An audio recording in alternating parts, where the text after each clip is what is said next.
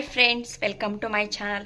ಇವತ್ತಿನ ವಿಡಿಯೋದಲ್ಲಿ ನಾನು ರಸ ಮಾಡೋದು ತೋರಿಸ್ತಾ ಇದ್ದೀನಿ. ಜೀರಿಗೆ ಮೆಣಸಿನ ರಸ ಚಳಿಗೆ ತುಂಬಾ ಚೆನ್ನಾಗಿರುತ್ತೆ. ನಮಗೆ ಕೆಮ್ಮು ನೆಗಡಿ ಮತ್ತು ಬಾಯಿ ಕೆಟ್ಟಗೆಲ್ಲ ಈ ರಸ ತುಂಬ ಚೆನ್ನಾಗಿರುತ್ತೆ. ರುಚಿ ಅಂತೂ ಸೂಪರಾಗಿರುತ್ತೆ. ಬನ್ನಿ ಹೇಗೆ ಮಾಡೋದು ಅಂತ ನೋಡೋಣ. ಅದಕ್ಕೂ ಮುಂಚೆ ಫಸ್ಟ್ ಟೈಮ್ ವಿಡಿಯೋ ನೋಡ್ತಾನೆ ನನ್ನ ಚಾನಲ್ ಮಿಸ್ ಮಾಡಿದೆ ಸಬ್ಸ್ಕ್ರೈಬ್ ಮಾಡಿಕೊಡಿ. ಎಲ್ಲ ವಿಡಿಯೋಸು ನೋಡ್ಬೋದು. ನಾನಿಲ್ಲಿ ಒಂದು ಪ್ಯಾನ್ಗೆ 2 ಸ್ಪೂನ್ ಆಗುವಷ್ಟು ಜೀರಿಗೆ ಸೇರಿಸ್ತಾ ಇದ್ದೀನಿ. ನಂತರ 1 ಸ್ಪೂನ್ ಆಗೋಷ್ಟು ಜೀರಿಗೆ ಕಾಳು ಮೆಣಸು ಸೇರಿಸ್ತಾ ಇದ್ದೀನಿ. ಅರ್ಧ ಸ್ಪೂನ್ ಆಗೋಷ್ಟು ಮೆಂತ್ಯ ಸೇರಿಸ್ತಾ ಇದ್ದೀನಿ. ಈಗ ಇದನ್ನು ಯಾವುದೇ ಕಾರಣಕ್ಕೂ ಎಣ್ಣೆ ಹಾಕ್ದಿರ ಡ್ರೈ ರೋಸ್ಟ್ ಮಾಡ್ಕೋಬೇಕು. ಈಗ ಇದನ್ನು ಡ್ರೈ ರೋಸ್ಟ್ ಮಾಡ್ಕೊಂಡಿದ್ದಾಗಿದೆ. ಈಗ ಇದನ್ನು ಪೌಡರ್ ಮಾಡ್ಕೋಬೇಕು. ನೋಡಿ, ಮಿಕ್ಸಿ ಜಾರಿಗೆ ಸೇರಿಸ್ಕೊತಾ ಇದ್ದೀನಿ. ತಣ್ಣಗಾದ ನಂತರ ಫೈನಾಗಿ ಪೌಡರ್ ಮಾಡ್ಕೋಬೇಕು. ಈ ರೀತಿ ಫೈನಾಗಿ ಪೌಡರ್ ಮಾಡ್ಕೊಂಡಿದ್ದೀನಿ. ಇಲ್ಲಿ ಒಂದು ಪಾತ್ರೆಗೆ ಎಣ್ಣೆ ಸೇರಿಸ್ಕೊತಾ ಇದ್ದೀನಿ. 3 ಸ್ಪೂನ್ ಆಗೋಷ್ಟು ಎಣ್ಣೆ ಸೇರಿಸ್ಕೊಂಡಿದ್ದೀನಿ. ಎಣ್ಣೆ ಕಾದ ನಂತರ ಸಾಸಿವೆ ಸೇರಿಸ್ಕೊತಾ ಇದ್ದೀನಿ.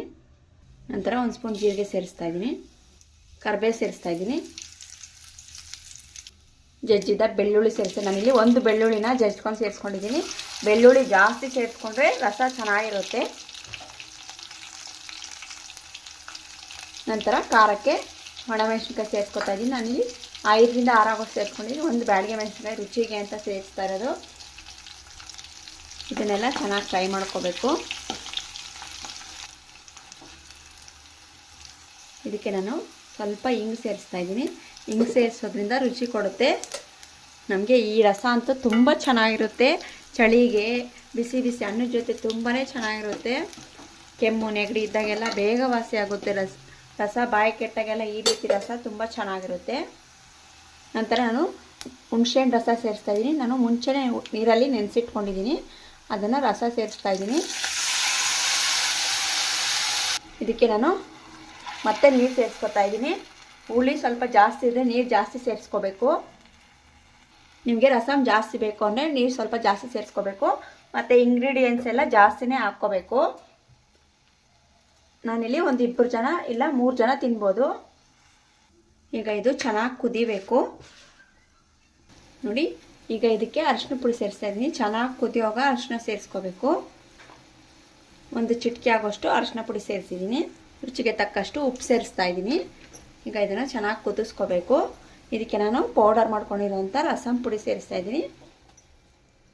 ನಾವು ಯಾವುದೇ ಕಾರಣಕ್ಕೂ ಬೇರೆ ಥರ ಪೌಡರ್ ಯಾವುದು ಯೂಸ್ ಮಾಡಿಲ್ಲ. ಇಲ್ಲಿ ಮನೆಯಲ್ಲೇ ಮಾಡಿರೋಂಥ ಪೌಡರ್ ಇದು. ನಾನಿಲ್ಲಿ ಒಂದು ಸ್ವಲ್ಪ ಬೆಲ್ಲ ಸೇರಿಸ್ತಾ ಇದ್ದೀನಿ ರುಚಿಗೆ ಅಂತ.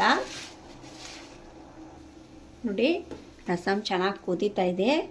ತುಂಬಾ ಚೆನ್ನಾಗಿರುತ್ತೆ. ಮತ್ತು ಅನ್ನಕ್ಕೆ ಹಾಗೇ ಬಾಯಿ ಕೆಟ್ಟಾಗಿ ಕುಡಿದ್ರೆ ಅಂತೂ ಅಷ್ಟು ರುಚಿಯಾಗಿರುತ್ತೆ ಈ ರಸಮ್. ಮತ್ತೆ ಮಾಡ್ಕೊಂಡು ಕುಡಿತೀರ, ಅಷ್ಟು ಚೆನ್ನಾಗಿರುತ್ತೆ.